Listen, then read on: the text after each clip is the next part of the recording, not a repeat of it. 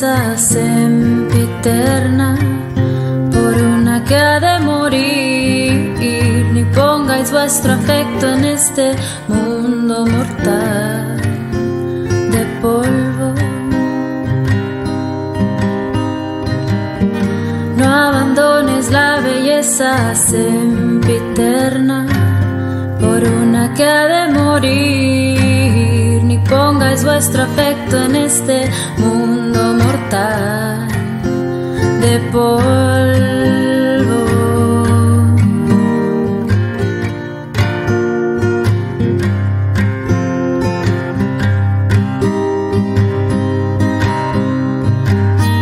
Oh, abandon not the everlasting beauty for a beauty that must die, and set not your affections on this mortal world of dust. Oh, abandon not the everlasting beauty for a beauty that must die, and set not your affections on this mortal world of dust. Everlasting, everlasting, everlasting beauty.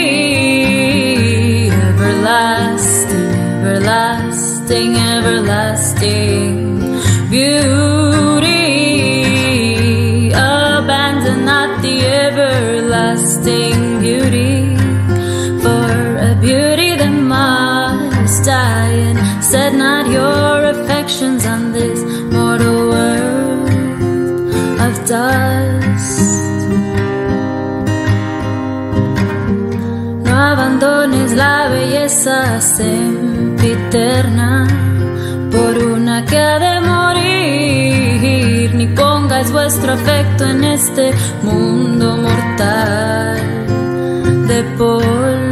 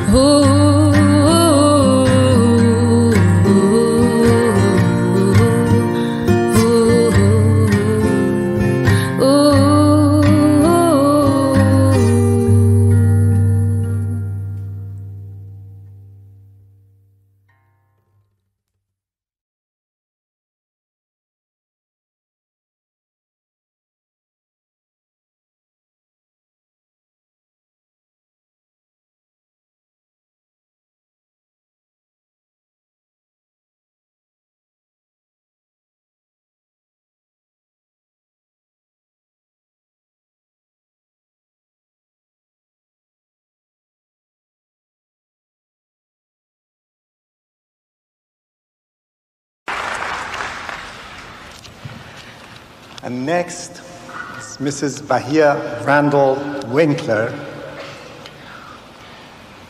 who remembers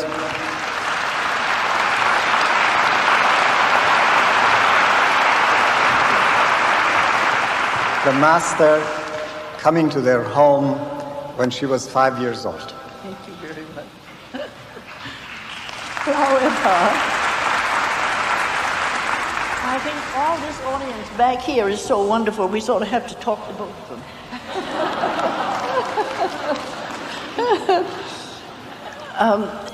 This story of a little girl who was 5 years old and with the master has been requested for this program. We lived in a very big house, and my favorite place in the house was the bottom of step in a long flight of stairs going up to the second story. And I used to sit there all the time, and then I could see everything going on the first floor. I liked it.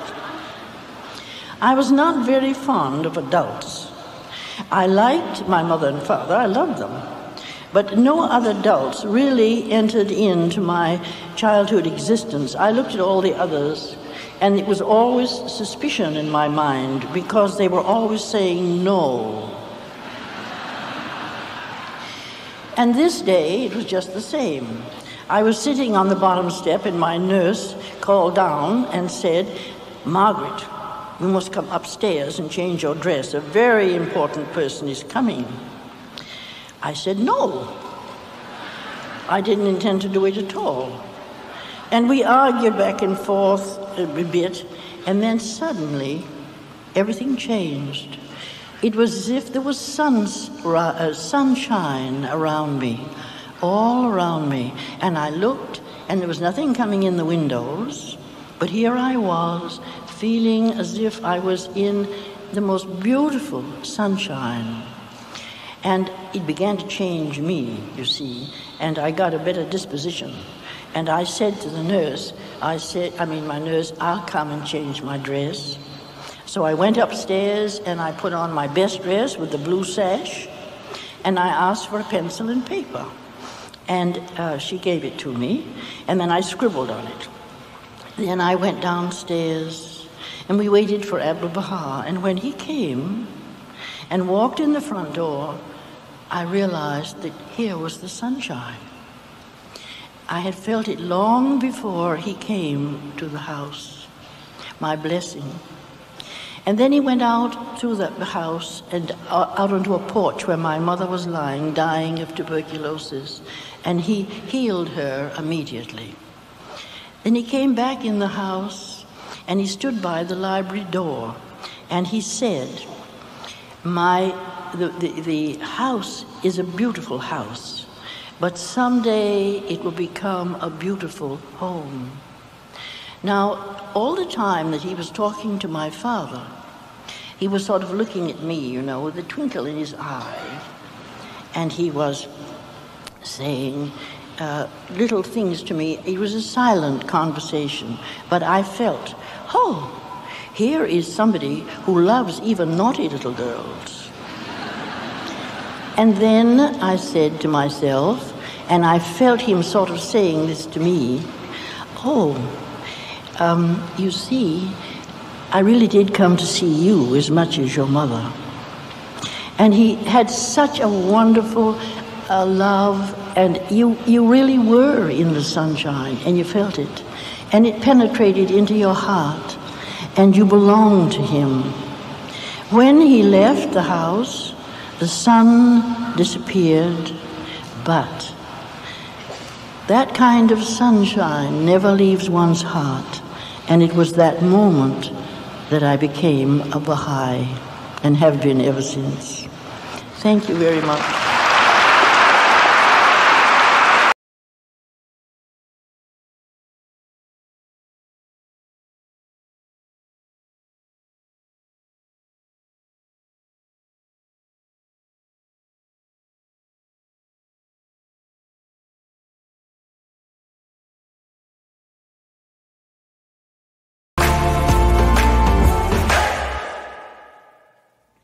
Yat'eh, it is good. Nanaba nishle. I am my father and I am my mother. Tuahiaglini is where the water flows together. That's my mother. Red running into the water clan, Tachitni is my father. Bit'ahni, the folded arms clan, is my grandfather. And my father's father is French, German.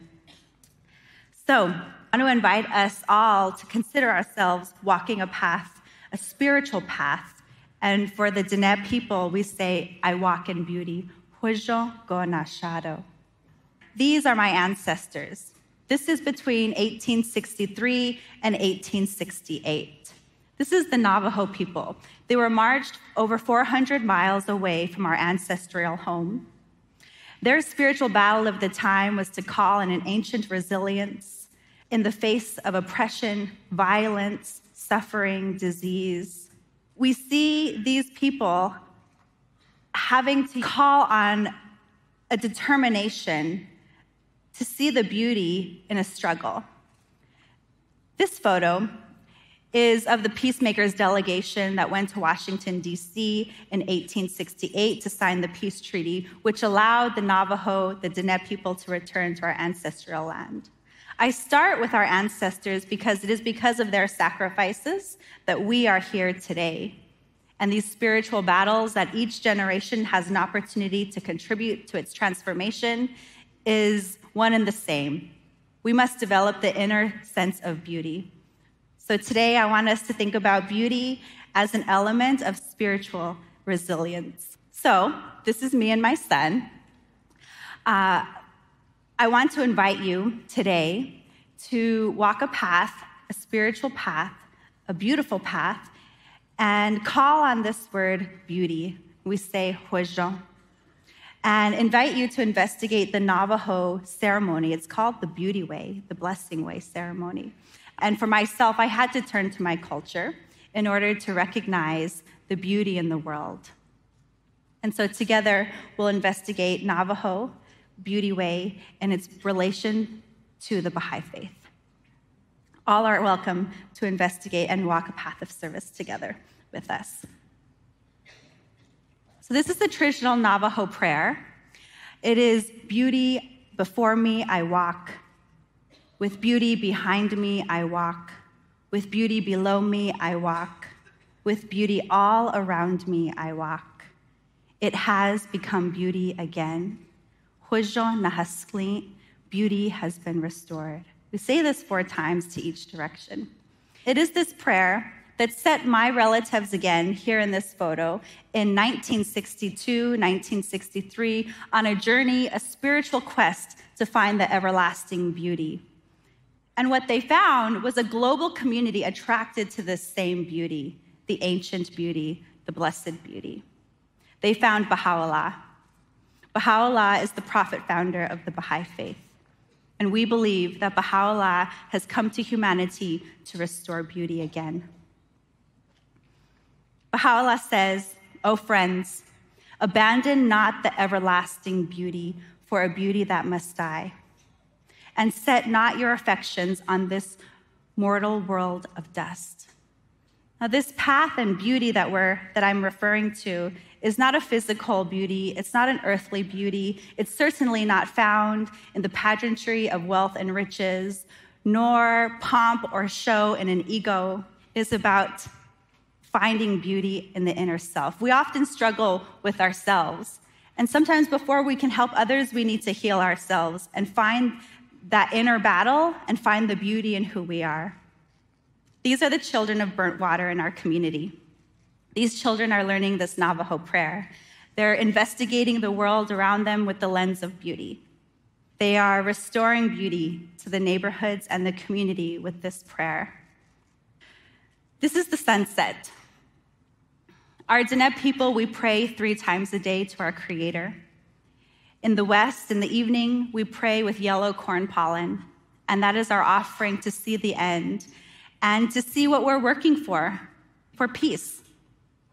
But in order to work for the end, we have to begin today, begin in the beginning. I'd like all of us to be thinking about the spiritual path that we're on, and where have your ancestors come from? What did they sacrifice so that we may be able to hear, to breathe, to live a life of beautiful resilience? There's a word that I'd like to offer you. It's huizhong. This word huizhong means the sacred, the balance, the harmony, the beauty. And when I'm faced with difficulties in my life, if I feel attacked, oppressed, let down by myself or others, I call to mind this word, huizhong. And I offer it to you guys today to find balance and beauty within yourself. Yeah, thank you.